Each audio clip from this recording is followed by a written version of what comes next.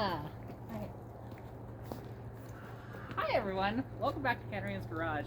My name is Katarina Lloyd, and today, well, we're gonna be saying goodbye to a front end that I actually really loved on this car, but I ended up getting rid of it for the front end that's on it now. It's a lot more of like the race car style that I'm kind of going for with this car, because this car, like, I do track it actually. I've been to a couple of track days and it's a lot of fun, like road racing, not drag racing, road racing, right? Because yeah, this car would not be competitive in drag racing, but road racing, it's actually not too bad. It's actually pretty fun, and because it's like very lightweight and stuff, it's very agile. So anyways, let's go through what we are doing here. So I'm getting rid of Stitch's original front bumper cover here, and the original hood with the pace car scoop that hasn't actually been on the car for about over 2 years now. The reason why this scoop is not on the car, well, wasn't on the car, is, well, you can see the fiberglass marks and everything. It kind of tore off the car, and you can see it produced a big old crack here, right? And it's rather unfortunate that this happened, but you know, it is what it is, and you can actually see like it's a little bit flexible. So it wouldn't be that bad of a fix to do. It is fiberglass work, which I've never done. I do have the pieces that are missing for like the studs, so I think he'll have to get new studs though, but that's whatever. I think I just glued them in, so he might have to break a couple of these free. Actually, that one isn't glued in, but a couple of the other ones I remember doing that. So, you know, that's the pace car scoop, which, like I said, that is my favorite scoop that I ever put on these cars. And who knows, I might get another one in the future and modify it to fit the hood that's on this car. And then we have the original hood, and with the paint and everything, that we honestly didn't do a bad job of it. Admittedly, like, it could have been wet sand a little bit here to get the paint line down, but that's okay. The black has actually held up very well over the past, bit. And I realistically should have, just because I loved the look of the black hood on this car, I really should have just painted this whole thing black. It would look fantastic. And like I said, we did that paint job about a year and a half ago or so. And you can see the other side of it. It's really not that bad at all. It's actually in pretty good shape. There's just some dents in the bottom there because of hitting the air cleaner stud. So, and which this other hood that I have on the car does that too. There actually is a little bit of a dent there. And then we can see the original bumper cover. Now, it does not have the reflectors in it, because I actually stole those for this front bumper here. And you can see, like, why I went with this front end, right? Like, it came exactly how you see it. The only thing is, this bottom piece was blue instead of this red. I did the red. And so having the headlight covers was just absolutely cool, and I loved that. Then having this lower aero piece that is reminiscent of the 82 GTs and the 79 pace cars just looks the business. And this black hood is awesome too. I got this hood out of the junkyard, and then I bought this front bumper cover off a guy in Edmonton. So yeah, it is kind of bittersweet though, because like I said, this is the front end that kind of like launched this car on my channel and everything, and this is how a lot of the people recognize my car, is from this, with the pace car scoop and all. So it is rather sad. But then also something else, and you may have spotted them here, I have a set of these black netted halos out of a 1983 Ford Mustang GT. Now, there is one problem with them, because actually they're in pretty good shape, other than this one on the back. You can see the netting has started to come away right there. So it's just two spots. Other than that, it's still like in very good shape. You can see it still moves around and stuff, so that's great. And yeah, like, I'd love to put them in my car, but I told my buddy I'd sell them for him, so. And I'm gonna get the most I can, so I'm actually asking 500 Canadian for those, or best offer. I can ship as well, just let me know what you know, what you may want to pay for those. So, yeah, sorry, this video's kind of all over the place here. But then, I've also got, now, I might just keep these around because they're kind of neat. If anybody wants them, let me know. I'd really, realistically just give them away. I'm not shipping these, though.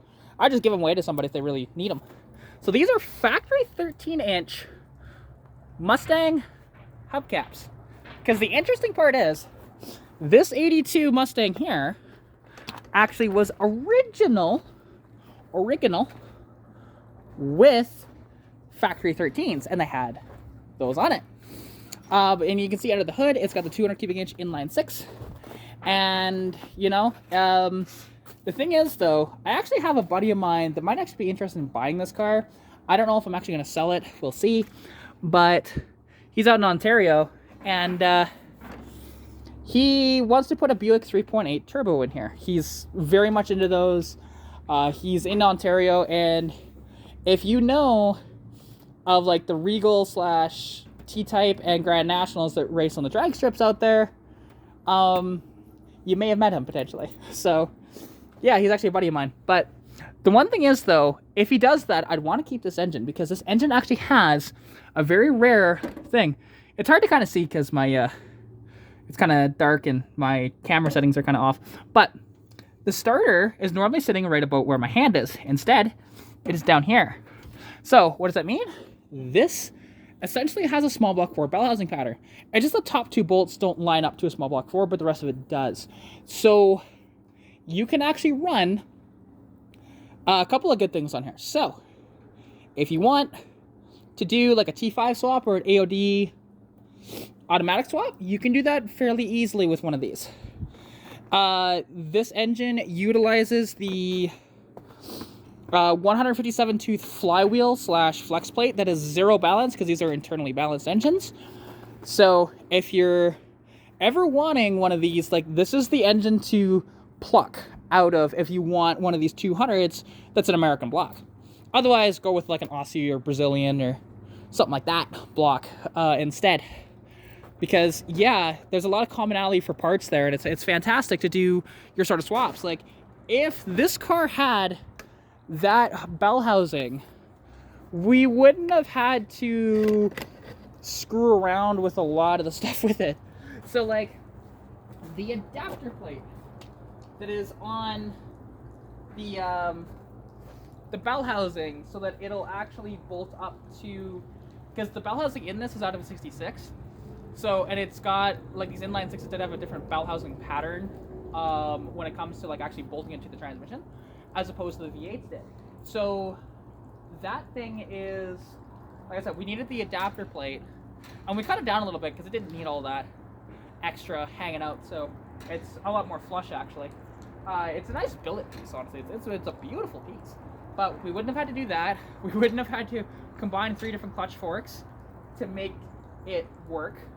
We wouldn't have had to do any of that. Like, there may have been some custom fabrication we would have had to do, like potentially the transmission mount, we may have had to extend it out like we did in this car. Beyond that, not much else, to my knowledge. Because again, I don't know how many people have actually screwed around with the 200s and a Fox body that way, because I do know somebody that, like, I have a couple of people that I know that do. One is a good buddy of mine, but I know a lot more about these engines than he does. And he's actually owns Buzz, my 81 Capri that I had for a bit, which he's actually fixed the rust and whatever else on it, or at least some of the rust. And we went out actually tandem ice drifting. That video is actually here on the channel if you want to check it out. But yeah, so that's kind of what's going on with this. I've also got a sponsorship with Evil Energy, and if you use the code Katarina10 at checkout, you'll get 10% off your order. That's a new sponsorship that I just got. They sent me out some fuel lines that I'm going to be throwing in this car, so they're like really nice, you know, like nylon, triple braided, all that stuff.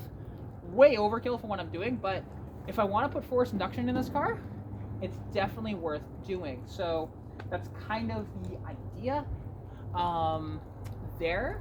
And then, like I said, the 82 Mustang, I think I'm going to keep it, but I'm still torn on what I really want to do with it. Like, do I want to do an AOD automatic swap? Which is kind of a pain in the ass because of the TV cables to carburetor, but you can make it work. Do I want to do a T5 manual swap on that car? And again, maybe. I don't know. Do I want to do like a V8 swap on that car and have this as the benchmark for this car to beat in the future? Which, it's crossed my mind.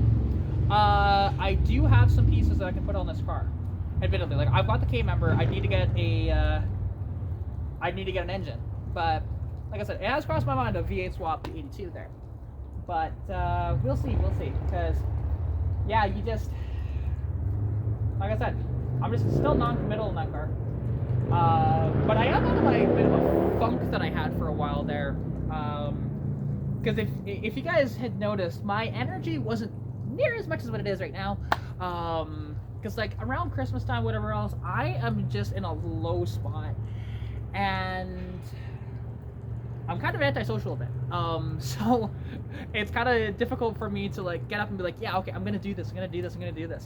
I kind of have to be almost like dragged out of the house and stuff like that. So that's one of the reasons why there hasn't been too much content posted lately either. So yeah, beyond that, and then there's also a cold air intake. I will mention this, that we're going to be installing on my dad's truck when it comes back.